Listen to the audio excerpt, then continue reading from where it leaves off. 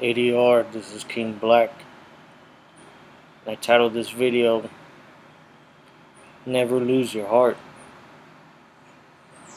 What I mean by this is, you have to make sure that in whatever path of life you choose, you never allow your heart to die.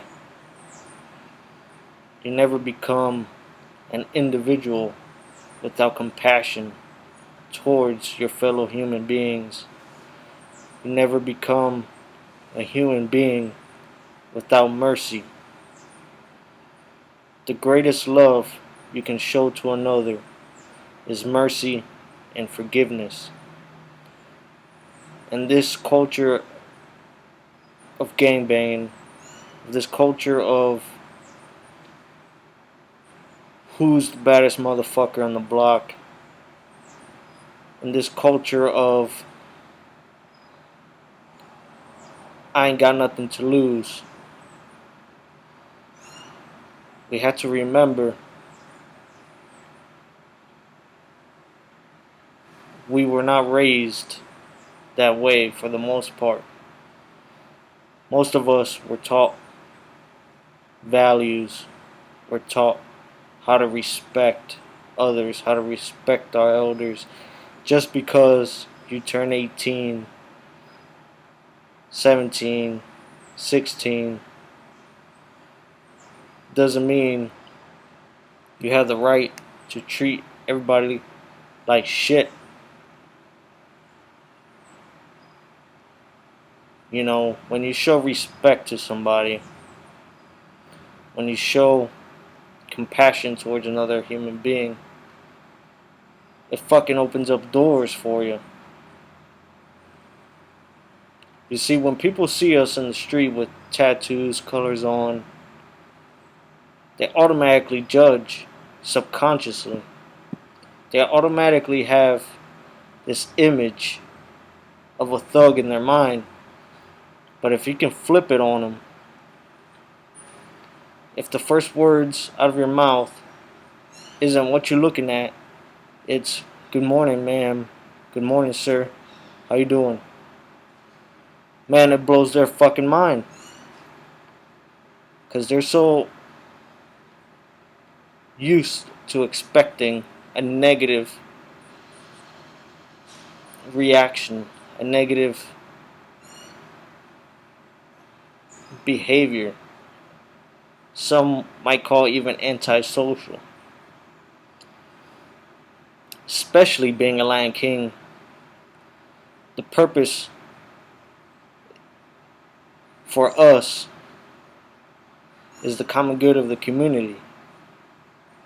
The individual should not matter as much as the entire Latin King and Queen Nation, as the Latino community, as the white community, as the black community, as the Asian community, and the other freaking community there is. We have to show compassion.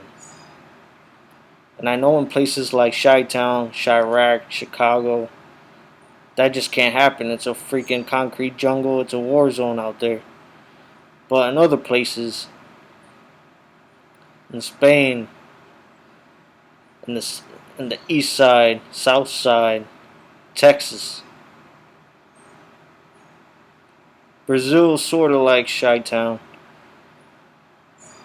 But in the places where it's not a life or death every day, that you can't even walk 2 blocks to the right or 2 blocks to the left without worrying about gunshots, or you can't even walk with your kid or be seen out in public with your wife because you're worried about catching a bullet or them catching a bullet.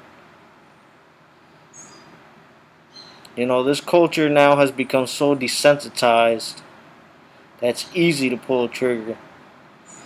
It's easy to not see that this person has a life just like you, that they have a family just like you. They laugh, they cry, you laugh, you cry. Now, in some cases, violence cannot be avoided, and there are certain things that merit a particular response. But on a day-to-day basis, where you're just out and about and you happen to see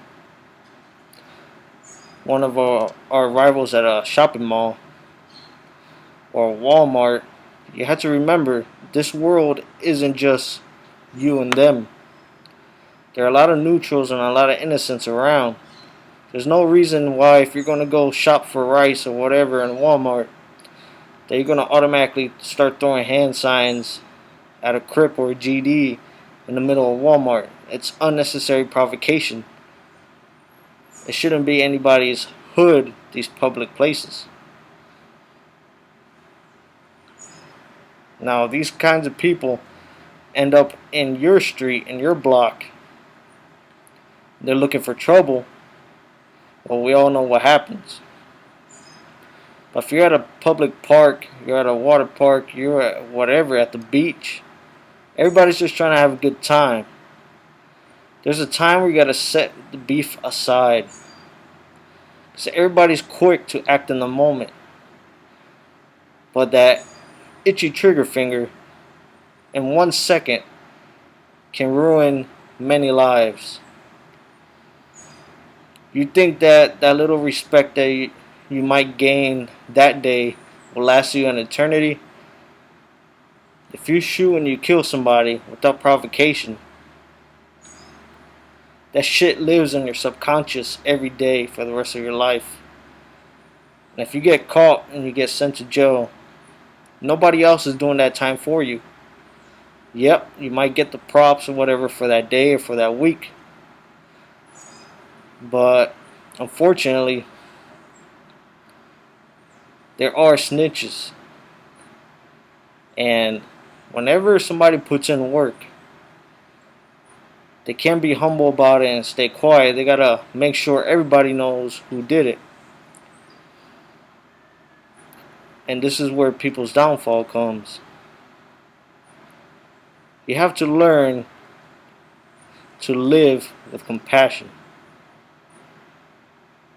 Now, that doesn't mean being soft. That just means using common sense.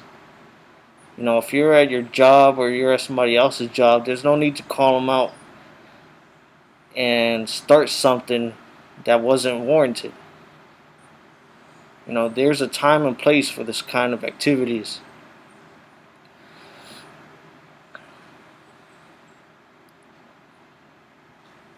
You can't take back a life once it's snuffed out.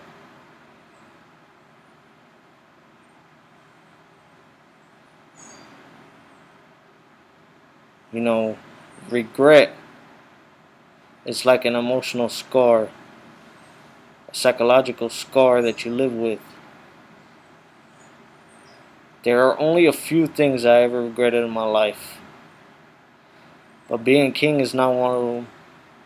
Living the right path isn't one of them. It's real easy to try and want to be one of those people that they show on the front page of the news. But it's harder to actually practice what you preach. When you preach nonviolence, or non-warranted violence, I should say, when you can show others that you can be a king without killing, without robbing, without jacking, all of this stuff is unnecessary.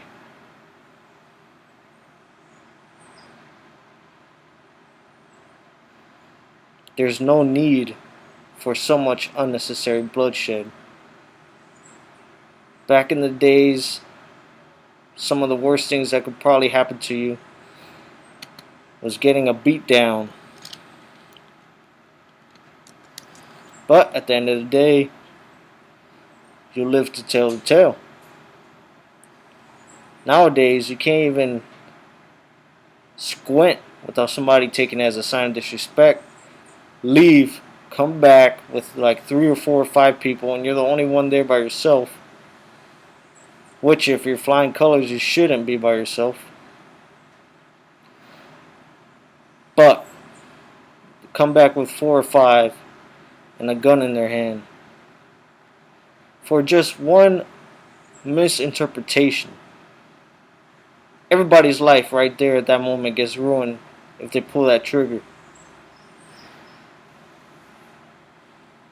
There has to be common sense. There has to be some mercy. I'm not saying go soft and let everybody walk all over you, but I'm just saying as long as there's no provocation, you have to let some things slide. You have to let the little things slide.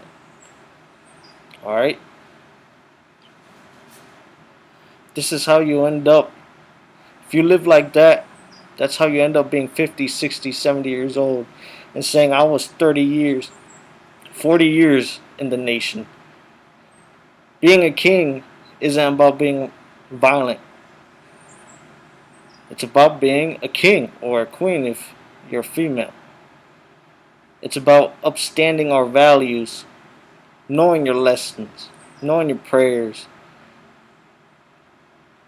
helping others in the community, mentoring the kids, showing them that instead of joining a gang like the Crips or the Bloods,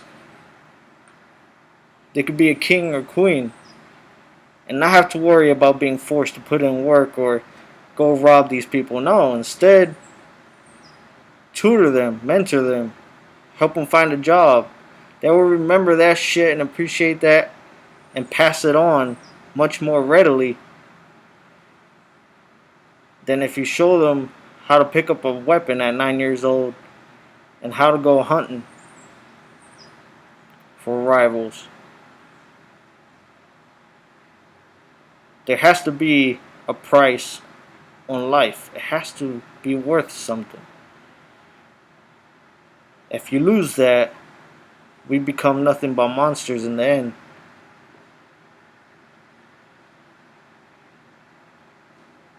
That's the one thing we don't want to be. We don't want to be the monsters. We want to be the ones people point to as an example of how to be, how to live. You know, King Tom preached it, and unfortunately, they got him on the conspiracy thing because he wasn't 100% living it. And I understand things are hard, you know. There are some things that you feel that you have to do in order to support your family. But that shouldn't have to be the case. There's always other options out there. That's why we are part of this nation, brothers and sisters to help, or you network and you have brothers and sisters who know somebody that can help you get into a school, help you get into a job.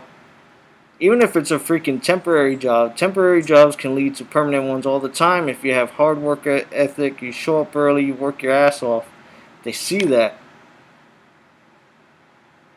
Then you don't have to hide who you are.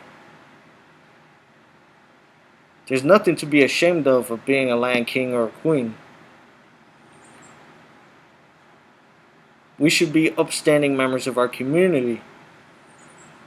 Look at some of the things they've done in Spain. They are officially recognized. But look at the things that have happened here. In New York, the kings aren't allowed in the Puerto Rican parade anymore. Because law enforcement sees it as justifying a gang, and we're not a gang, we're a nation. We have to change things from the inside and express them outwards so that the seeds spread. We have to form meaningful truces and enforce those. So what happens is there's a truce and 1 or 2 incidents happen that completely break it down. Things have to be dealt with swiftly. Because it feels good when you get out of your house and you don't have to constantly look over your shoulder. You're not looking at every passing car. You're not looking at the person's face, reading their body language.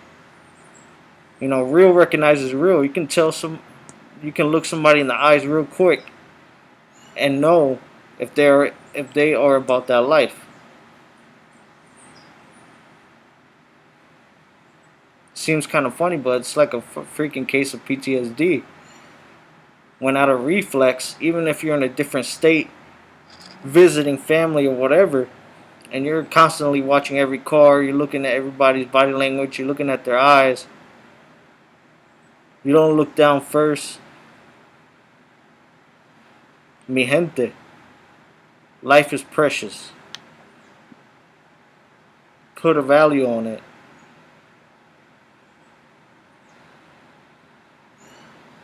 Don't let anger blind you.